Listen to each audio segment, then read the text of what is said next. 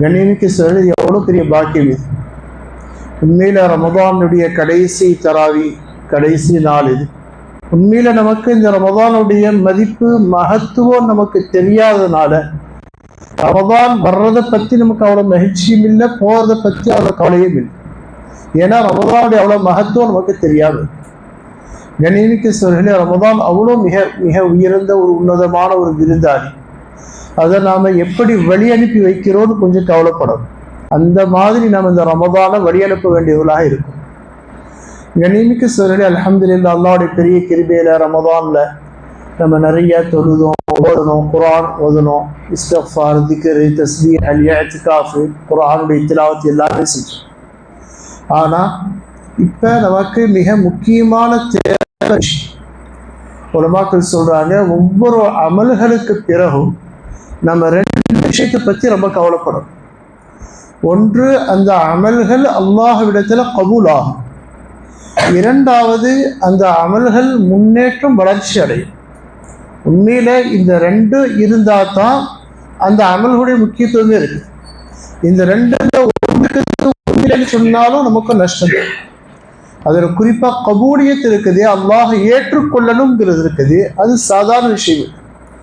ஏதோ நம்ம அல்லாஹ்ட்ட சொல்லி நீ சொன்னா நான் செஞ்சுட்டேன், ஏற்றுக்கிட்டா போ, ஏற்றுக்காட்டி எனக்கு என்ன அப்படின்னு சொல்ல முடியாது.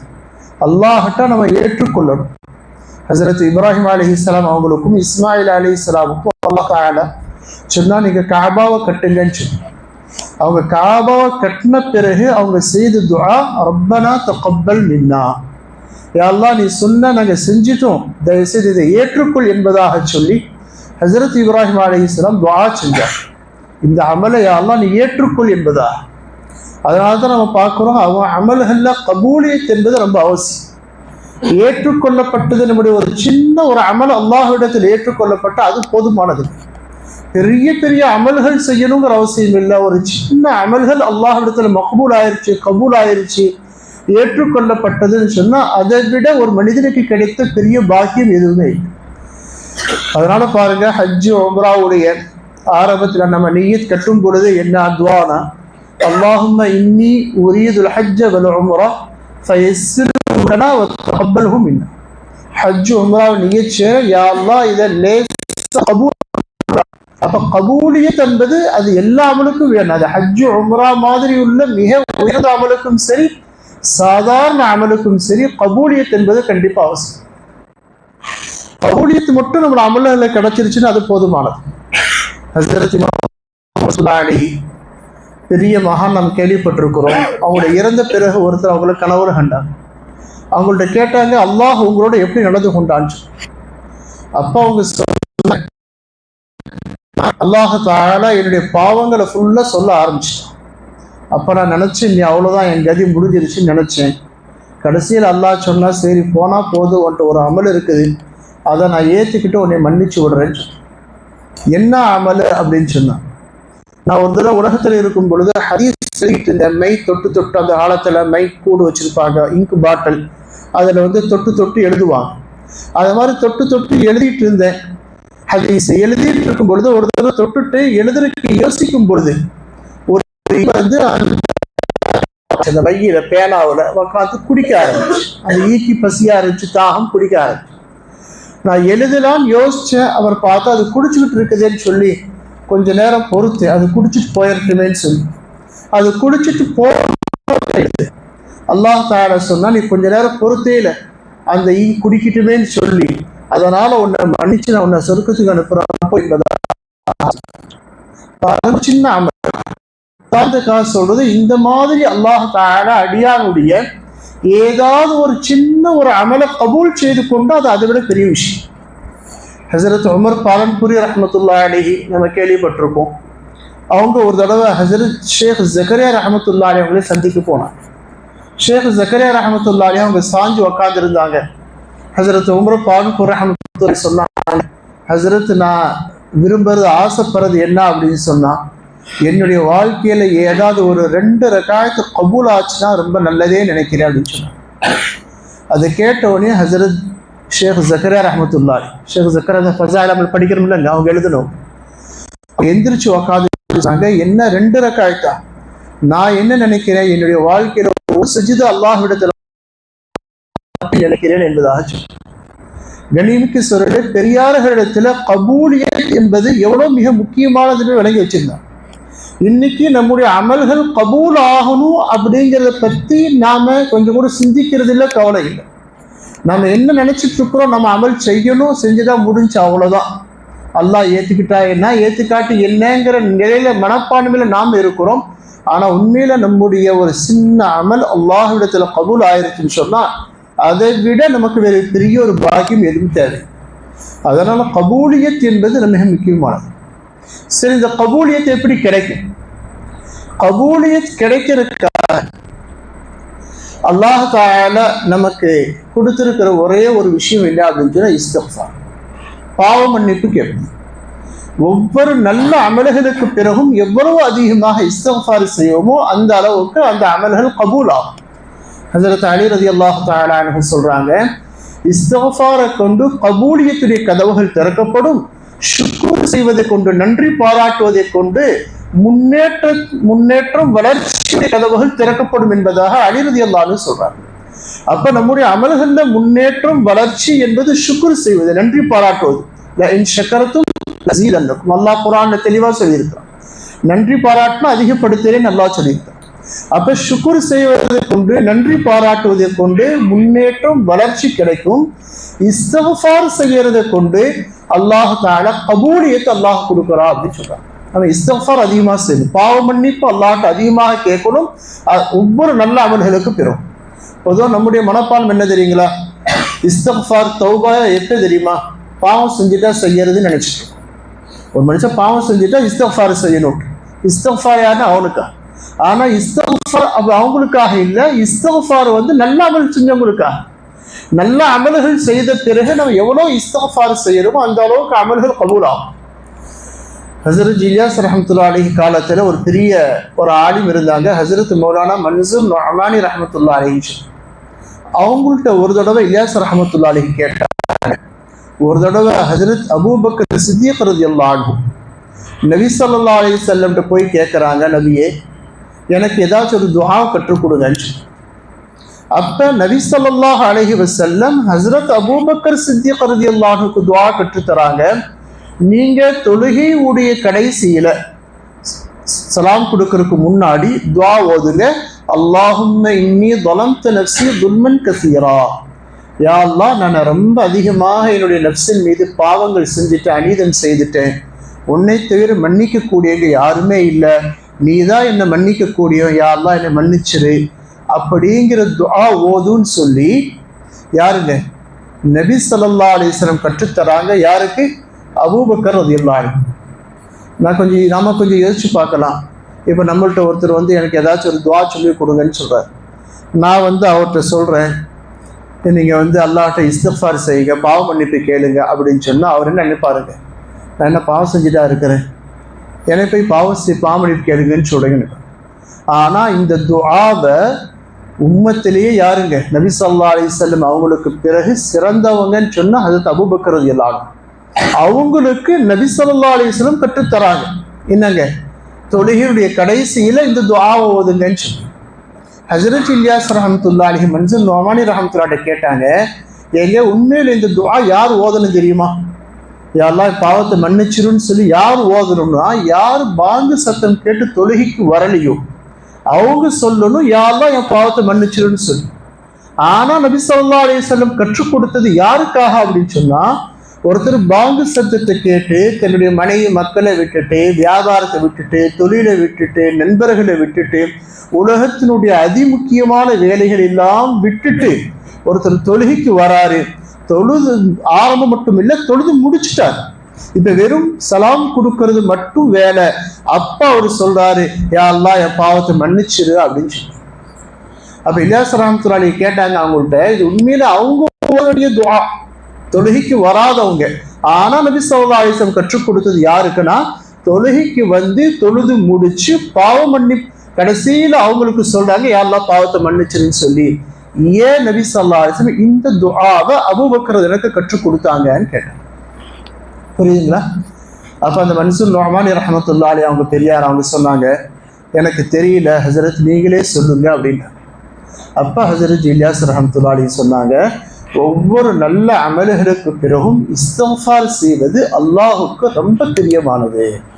அதனால தான் நபி ஸல்லல்லாஹு அலைஹி வஸல்லம் அபூபக்கர் ரலியல்லாஹு அன்ஹுக்கு கற்றுக் கொடுத்தாங்க, தொழுகையுடைய கடைசியில் இந்த துஆ ஓதுங்கன்னு.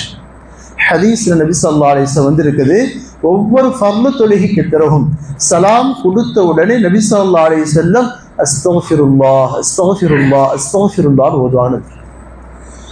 ஒரு தடவை அன்னை ஆயிஷா ரலியல்லாஹு தஆலா அன்ஹா நபி ஸல்லல்லாஹு அலைஹி வஸல்லம் கேட்டாங்க, நபியே குர்ஆன்ல ஒரு ஆயத்து வந்திருக்குது, வல்லதீன யுத்தூன மா ஆதௌ வ குலூபுஹும் வஜிலத்துன் அன்னஹும் இலா ரப்பிஹிம் ராஜிஊன். சில மக்கள் அல்லாஹ் அவங்களுக்கு கொடுத்ததை மக்களுக்கு கொடுப்பாங்க, கொடுத்துட்டு அவங்களோட உள்ளங்கள் நடுங்கிய வண்ணமாக இருக்கும் அப்படின்னு இந்த ஆயத்து இருக்குது. இது யாரை பற்றி? இது பாவங்கள் செய்தவங்க, விபச்சாரம் செய்தவங்க, திரட்டினவங்க, கொலை செய்தவங்க, அவங்கள பற்றியான்னு கேட்டாங்க.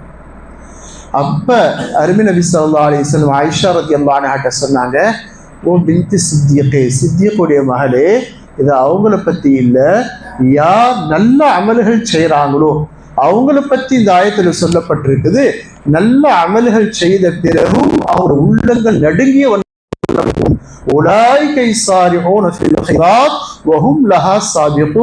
அவங்க தான் நலவுகளில் முந்தி கொள்ளக்கூடியவங்க என்பதாக சொல்லி அருமை நபி ஸல்லல்லாஹு அலைஹி வஸல்லம் ஆயிஷா ரலியல்லாஹு அன்ஹாவுக்கு சொன்னாங்க. அப்ப பாருங்க, அமல்கள் செய்த பிறகு இஸ்திக்ஃபார் அல்லாஹ்வுக்கு ரொம்ப தேவை. இது கபூலியத்துக்காக. ஜலாலாபாத்னு ஒரு ஊர் இருக்குது யூபியில். அங்கே ஒரு பெரிய மகான் இருந்தாங்க, ஹசரத் மௌலானா மசீஹுல்லா கான் சாப் ரஹமத்துல்லாஹி அலைஹி.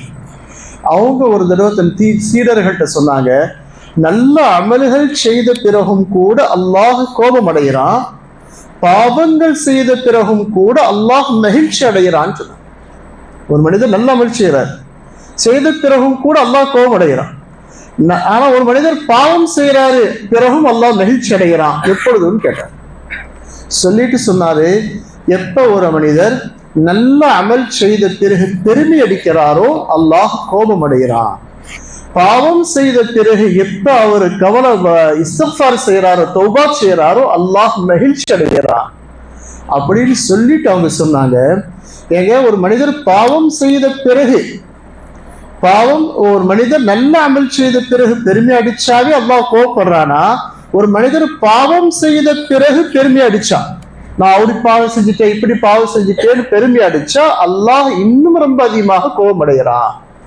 எப்ப ஒரு மனிதர் நல்ல அமல் செய்த பாவம் செய்த பிறகு இஸ்திக்ஃபார் செய்யறாரோ, தௌபா செய்யறாரோ, ஒரு மனிதர் நல்ல அமல் செய்த பிறகு இஸ்திக்ஃபார் செய்தாருன்னு சொன்னா அல்லாஹ் ரொம்ப மகிழ்ச்சி அடைகிறான் என்பதாக சொன்னார்.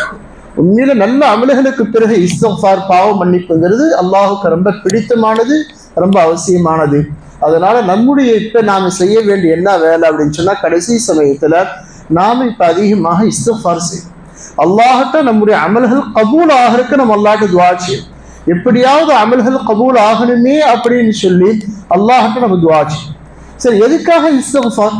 பாவம் நல்ல அமல் செஞ்ச பிறகு இஸ்திக்ஃபார் ஏன் செய்யணும் அப்படிங்கிறதுக்கு உலமாக்கள் மிக அழகான ஒரு விஷயம் சொல்றாங்க. 2 காரணம் இருக்கு ஏன் இஸ்திக்ஃபார் செய்யணும் அப்படின்னு சொல்லி.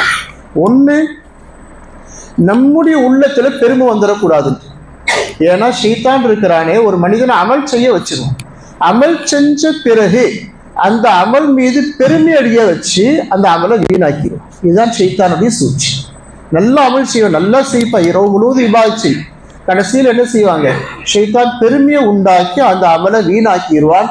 அந்த பெருமை நம்மள்கிட்ட வந்துடக்கூடாதுங்கிறதுக்காக நம்மளுக்கு இஸ்திக்ஃபார் என்பது சொல்லப்படும். 2வது முக்கியமான, நாம அமல் செஞ்சுட்டோம், மக்கள் அமல் செய்ய முடியாத நிலையில இருந்தாங்க, அமல் செய்யல, அவங்கள பத்தி தவறான எண்ணத்தை நம்முடைய உள்ளத்துல ஷைத்தான் போடுவானாம்.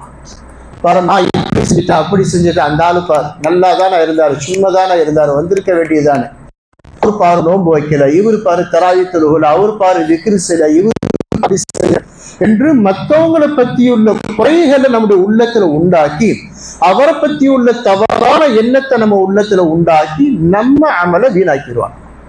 இந்த 2 தன்மை வந்துடக்கூடாதுங்கிறதுக்காக அல்லாஹ் தஆலா கிடையாது. ஒரு பெரியார் தஹஜ்ஜுத் எந்திரிச்சார், தன்னுடைய மகனை எழுப்பிட்டார். எந்திரிச்சு நெய்யி எந்திரிச்சு தஹஜ்ஜுத் தொழுவான்ட்டு அந்த பையன் எந்திரிச்சு தஹஜ்ஜுத் தொழுதான். தொழுது முடிச்ச பிறகு அந்த மகன் சொன்னா, அப்பா இங்க பாருங்க, இந்த மஹல்லால இத்தனை மக்கள் இருக்கிறாங்க, நாம 2 பேர் மட்டும் தான் தஹஜ்ஜுத் தொழுவோம், எல்லாமே தூங்கிக்கிறாங்க அப்படின்னு. அதை பார்த்துட்டு அவங்க அப்பா சொன்னாருன்னா, நீ தொழுகாம இருந்தா நல்லா இருக்கும் அப்படின்னு. மக்கள் எல்லாமே தூங்கி சம்பாரிச்சுட்டாங்க, நீ தொழுது பாவத்தை சம்பாரிச்சுட்ட அப்படின்னு. இந்த மக்களை பத்தி குறை சொல்லி இந்த மக்களை பத்தி தவறாக நினைச்சு நீ பாவத்தை சம்பாரிச்சுட்ட. எல்லாமே தூங்குனாங்க, ஆனா எல்லாம் நன்மை சம்பாதிச்சிட்டாங்க. கணீமிக்கு சொல்ற ஷைத்தான் இப்படிதான் நம்முடைய உள்ளத்துல அவங்க அப்படி இவங்க இப்படி, இவங்க ஒண்ணு செய்யல இவங்க ஒண்ணு செய்யலன்னு அந்த எண்ணம் தயவு செய்து நம்முடைய உள்ளத்துல வந்துடுறாங்க. யாரை பார்த்தும் எந்த நிலையில பார்த்தும் இவங்க இப்படி செஞ்சுட்டாங்க இவங்க அமல் செய்யலேங்கிற அந்த எண்ணம் நம்முடைய உள்ளத்துல வந்திருக்க கூடாது. அப்படி உள்ள ஏதோ ஒரு நிர்பந்தம், அந்த நிர்பந்தத்துல அவங்களால நோன்பு வைக்க முடியல, அந்த நிர்பந்தத்துல அவங்களால தொழுக முடியல, அந்த நிர்பந்தத்துல அவங்களால குர்ஆன் ஓத நமக்கு வாய்ப்பு கொடுத்தாலே அல்லாஹ்வுக்கு ஷுக்ரியா என்பதாகத்தானே இருக்கணுமே தவிர அவர்களை பற்றியோட தவறான என்ன. காலத்துல சஹாபாக்கள் ஒரு போருக்கு போனாங்க. போயிட்டு திரும்பி வரும் பொழுது நபி ஸல்லல்லாஹு அலைஹி வஸல்லம் அந்த சஹாபாக்கள்கிட்ட சொன்னாங்க, பாருங்க நீங்களாம் போருக்கு போயிட்டு வந்துட்டீங்க, மதீனால சில மக்கள் இருக்கிறாங்க, அவங்க உங்க கூட போருக்கு வரல, நீங்க போன இடங்கள்ல நடக்கல, மலைகள்ல நடக்கல, ஓடைகள்ல நடக்கல, ஆனா அவங்களும் உங்க கூட நன்மைகள்ல கூட்டா இருக்கிறாங்கன்னு சொன்னாங்க. பாருங்க என்ன சொன்னாங்க நபி ஸல்லல்லாஹு அலைஹி வஸல்லம், மதீனால சில நபர்கள் இருக்கிறாங்க, அவங்க உங்க கூட போருக்கு வரல, ஆனா அவங்களும் உங்க கூட நன்மைகளை கூட்டாக இருக்கிறாங்க அப்படின்னு சொன்னாங்க. சஹாபாக்களுக்கு ரொம்ப ஆச்சரியம், அதிர்ச்சி. அவங்க வரவே நம்ம கூட வரவே இல்லையே, நாம எவ்வளவு கஷ்டப்பட்டுல போயிட்டு வந்தோம், ஆனா அப்படி இருக்கு அவங்க எப்படி நம்ம கூட நன்மையில கூட்டாக இருக்கிறாங்கன்னு கேட்டாங்க. அருமை நபி ஸல்லல்லாஹு அலைஹி வஸல்லம் சொன்னாங்க, அவங்களுக்கு எண்ணங்கள் இருந்துச்சு வரணும்னு சொல்லி, சில நிர்பந்தங்கள் காரணமாக வர முடியாம போச்சு, அதனால அந்த எண்ணங்களின் காரணமாக அவங்களுக்கும் உங்களோட நன்மைகளும் கூட்டாக இருக்குது அப்படின்னு சொன்னாங்க. அதே மாதிரிதான் நம்ம மஹல்லால, நம்ம குடும்பத்துல, நம்ம சொந்தக்காரவங்க, நம்ம அக்கம் பக்கம் உள்ளவங்க பல நபர்கள் அவங்களுக்கும் இதே மாதிரி தொழுகணும், ஓதணும், அமல் செய்யணும் அப்படிங்கிற எண்ணங்கள்லாம் இருந்திருக்குது. ஏதோ ஒரு நிர்பந்தத்தின் காரணமாக அவங்களால அமல் செய்ய முடியல, அதனால நாம அவங்களை பத்தி உள்ள தவறான எண்ணம் உள்ளத்துல எந்த அளவுக்கு வந்துடக்கூடாது, ஒருத்தரை பார்த்து நம்ம எதுவும் நினைச்சிடக்கூடாது. ஆக இஸ்திக்ஃபாருக்கு நம்ம செய்ய வேண்டியது, நம்முடைய கபூலியத்துக்கு நம்ம செய்ய வேண்டிய முதல் விஷயம் இஸ்திக்ஃபார். அதனால கண்ணியமிக்க சொல்ல கடைசி நாள் இன்னைக்கு, நான் இன்னிலிருந்து நாளைக்கு வரையிலும், ஈது வரையிலும் நம்ம அதிகமாக செய்ய வேண்டியது என்னன்னா இஸ்திக்ஃபார் தான். அதிகமாக அல்லாஹ்ட்ட இஸ்திக்ஃபார் செய்துகிட்டே இருக்கணும். யா அல்லாஹ் நான் அமல் செஞ்சுட்டேன், ஆனா அமல்கள் எவ்வளவு குறையுள்ளதுன்னு எனக்கு நல்லாவே தெரியும். என்னுடைய குர்ஆன் ஓதுறது நான் எவ்வளவு ஓதுனாலும் எத்தனை தப்புங்கிறது எனக்கு தெரியும்.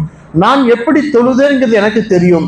நான் இஅ்திகாஃப் இருந்த தொழுகையில பள்ளிவாசல்ல எவ்வளோ அந்த பள்ளிவாசல் ஒழுக்கங்களை பேணணுமோ அதுல பேணலேங்கிறது எனக்கு நல்லா தெரியும். யா அல்லாஹ் இது மாதிரி எத்தனை தவறுகள் என்னுடைய வாழ்க்கையில இருந்திருக்குது, யா அல்லாஹ் இவைகள்லாம் மன்னிச்சு என்னுடைய இந்த அமலை எப்படியாவது ஏற்றுக்கொள் யா அல்லாஹ் என்பதாக சொல்லி நம்ம அல்லாஹ்ட்ட இஸ்திக்ஃபார் செய்யக்கூடியவர்களாக செய்யலாங்களா. எல்லாமே ரொம்ப அதிகமாக இஸ்திக்ஃபார் செய்யணும். பாருங்க கடைசி ஒரு நாள் நமக்கு கிடைச்சிருக்குது, இந்த நாளை வீணாக்கிடுவேனா. அதுவும் குறிப்பா இன்றைய நாள் இருக்குது இரவு, வியாழக்கிழமையுடைய இரவு. ஹதீஸ்ல வந்து இருக்குது வியாழக்கிழமை இரவு இருக்குது. இதுல ஒரு நேரம் இருக்குது, அல்லாஹ் தஆலா அந்த துஆவை கபூல், அந்த நேரத்தில் துஆ கபூல் செய்யறான்னு சொல்லி. இந்த வெள்ளிக்கிழமை நாள் எந்த நேரம் என்பது அது மறைத்து வைக்கப்பட்டிருக்குது. சில உலமாக்கள் அது வியாழக்கிழமை மகரிப் பிறகுங்கிறாங்க, இஷாக்கு பிறகுங்கிறாங்க, தஹஜ்ஜுக்கு பிறகுங்கிறாங்க, ஃபஜ்ருக்கு பிறகு, சில ரெண்டு குத்துபாக்கு மத்தியிலேங்கிறாங்க, அதிகமான உலமாக்கள் அஸ்ருக்கு பிறகு உள்ள நேரம்ங்கிறாங்க. ஆக எந்த நேரம் மறைத்து வைக்கப்பட்டிருக்குன்னு தெரியாது. அல்லாஹ் கிடைத்த உண்மையில பெரிய பாக்கியம் ஒரு நாள் நமக்கு கிடைச்சிருக்கு. இந்த ஒரு நாளை நம்ம முடிஞ்ச அளவு எவ்வளவு பயன்படுத்திக்க முடியுமோ அவ்வளவு பயன்படுத்திக்க. முடிஞ்சா இந்த ஒரு நாள் இஅ்திகாஃப் இருந்தோம்னா இன்னும் நல்லது. இன்றையிலிருந்து நாளைக்கு மகரிப் வரையிலும் கொஞ்சம் ஒரு குறைந்தபட்சம் இஅ்திகாஃப் இருந்துட்டோம்னு சொன்னா நம்முடைய நேரங்கள் பள்ளிவாசல கழிஞ்சிரும். நம்ம பள்ளிவாசல்ல துஆ செய்யலாம், திக்ர் செய்யலாம். இன்னைக்கு 11 மணிக்கு திக்ர் இருக்குது, துஆ இருக்குது, நாளைக்கு பகல் ஃபுல்லா இருக்குது. இந்த மாதிரி அமல் செய்யறதுக்கு நல்ல சந்தர்ப்பம் நம்ம. ஏன்னா நம்ம பார்க்குறோம், போன ரமதான்ல எத்தனையோ நம்முடைய உறவினர்கள் நம்ம கூட இருந்தாங்க, இந்த ரமதான்ல இல்லை. இப்ப இருக்கக்கூடிய நாம எத்தனை பேர் அடுத்த ரமதான்ல இருப்போம் நமக்கே தெரியாது. அதனால அல்லாஹ் கிடைத்த ஒரு பெரிய பாக்கியம் நம்ம கொடுத்த ரமதானுடைய ஒரு நாள் அல்லாஹ் தால ஒரு பெரிய பாக்கியமா கிஃப்டா அல்லாஹ் கொடுத்திருக்கிறா அப்படிங்கிறது. இந்த ஒரு நாளை விளங்குறதுக்கு ஒரு சாதாரண விஷயம் இல்லை. எப்ப விளங்க முடியும்னா நாளைக்கு தான், நைட்டு தான் விளங்க முடியும். இந்த ரமதான் முடிஞ்ச பிறகு அடுத்தது நம்ம என்னங்க எந்த அமல் செஞ்சாலும் முடியாது. இப்ப நம்ம உக்காந்து ஒரு ஆயத்து ஓதணும்னா 70 ஆயத்து ஓத நன்மை கிடைக்கும். நாளைக்கு ஓதணும்னு வச்சுக்கோங்க, அது கிடைக்காது. இன்னைக்கு நாம ஒரு சுன்னத் தொழுதோம்னா ஒரு ஃபரதுடைய நன்மை, ஒரு ஃபரது தொழுதோம்னா 70 ஃபரதுடைய நன்மைகள் கிடைக்கும் நாளைக்கு மக்ரிப் வரையிலும். இது நாளைக்கு மக்ரிப் பிறகு முடியாது. ஒரு உதாரணத்துக்கு குல்ஹுல்லா சூரா இன்னைக்கு ஓதணும்னு சொன்னா இப்ப 70 தடவை ஓத நன்மை கிடைக்கும். அதே நாளைக்கு மக்ரிப் பிறகு ஓதணும்னு வச்சுக்கோங்க, 70 தடவை ஓதணும். ஓதனாத்தான் அந்த நன்மை கிடைக்கும். கொஞ்சம் யோசிச்சு பாருங்க, எவ்வளவு பெரிய பாக்கி நமக்கு கிடைச்சிருக்கு. குர்ஆன் ஓதறதுக்கும் சரி, திக்ர் செய்யறதுக்கு, தஸ்பீஹ் செய்யறதுக்கு, அல்லாஹ்ட்ட பாவ மன்னிப்பு கேட்கறதுக்கு, தௌபா செய்யறதுக்கு, துஆ கபூல் ஆகிறதுக்கு நல்ல ஒரு சந்தர்ப்பம். அதனால இந்த கடைசி ஒரு நாள் அல்லாஹ் நம்ம கொடுத்த ஒரு பெரிய ஒரு கிஃப்டாக, அல்லாஹ் கொடுத்த பெரிய ஒரு நிஅமத் அருட்கொடையாக கருதி இந்த நாளை வீணாக்கிராம நம்ம பயன்படுத்திக்கிட்டோம்னு சொன்னா உண்மையில அல்லாஹ் தஆலா நம் மீது செய்த இந்த பெரிய கிருபையை நம்ம விளங்கினவங்களாக ஆக முடியும். அதனால இஸ்திக்ஃபார், ஷுக்ர், நன்றி பாராட்டுவது, இந்த 2 அமல்களும் அதிகம் செய்யக்கூடிய பாக்கியத்தை அல்லாஹ் நம்மளுக்கும் தந்துள்வானாக.